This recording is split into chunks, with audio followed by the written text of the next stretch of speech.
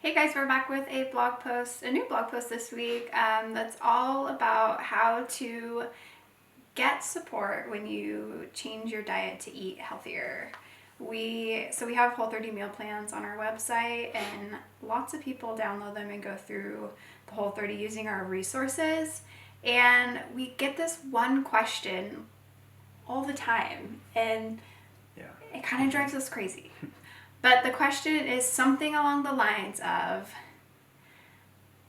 I'm really excited to do a Whole30, but my husband, spouse, significant other, boyfriend, girlfriend, whoever, kids, only eats XYZ, and I can't get them on board, basically.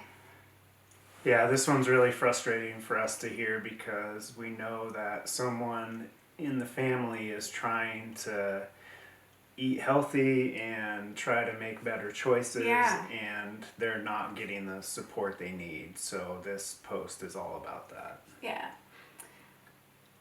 And we have 5 tips that we're going to go through.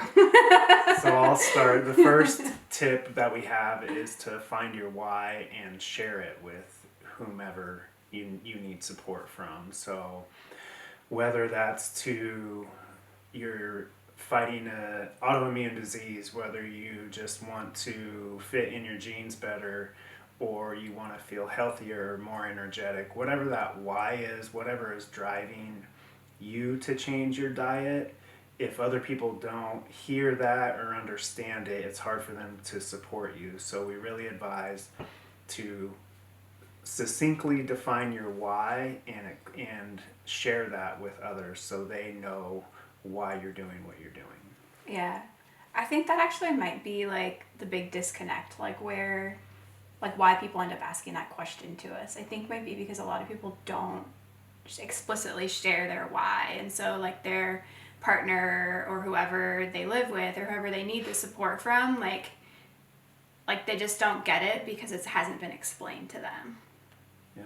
So anyway, number 2 is to educate these people in your life. So the people that you want to garner support from, educate them. Like it's kind of part of your why, but then like the next step is like kind of like the universal why everybody should care about eating healthier. And in the blog post, we share some specific resources about like documentaries that we've watched and think are great, some books and like podcasts and posts and things that you can direct people to if they are curious and want to learn more. Yeah, most likely in this front, you've already done research on your own. Like there's a reason you're changing to the diet you want to change to. So I think it's just helping someone else get that information in the avenue that's the easiest for them to digest. And I think rolling right into the third tip is actually to give it some time. People have been eating the way they've been eating. The standard American diet's been out there forever. It's really hard for people to change if they don't have their own why.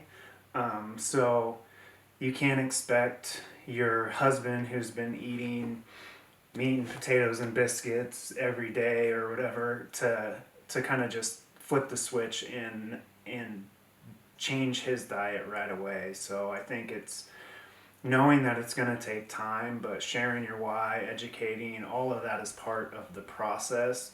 But we can guarantee you no one else is going to change as fast as you want them to change, but just follow these tips and share it with them and continue to educate, and hopefully over time they'll see how it has affected you and hopefully they'll get on the bandwagon. Yeah. And kind of like to your point, like whoever you're trying to get on board with you, like you've spent all this time before you've presented it to them, like getting to where you're at, and they probably need a little bit of time to get there too.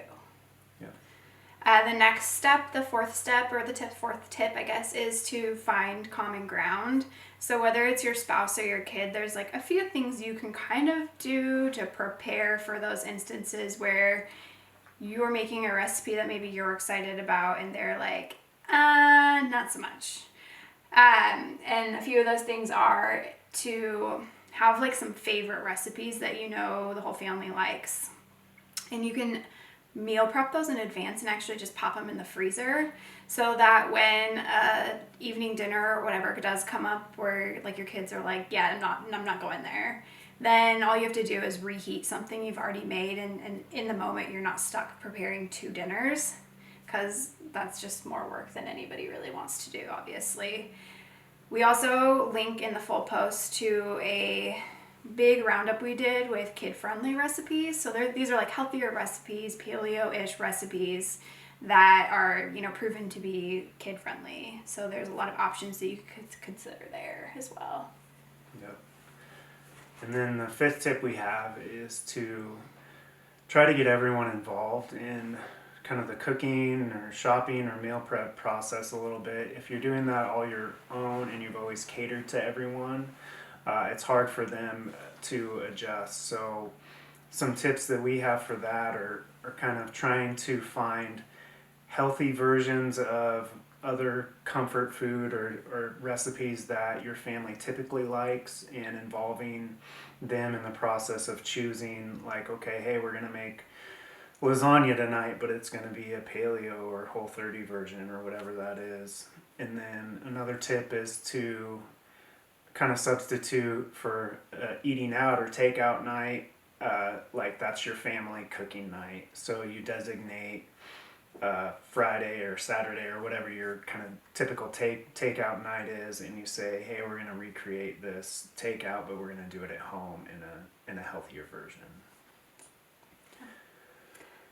So that's it. Hopefully, if you guys are struggling with this on your own, these are helpful tips for you.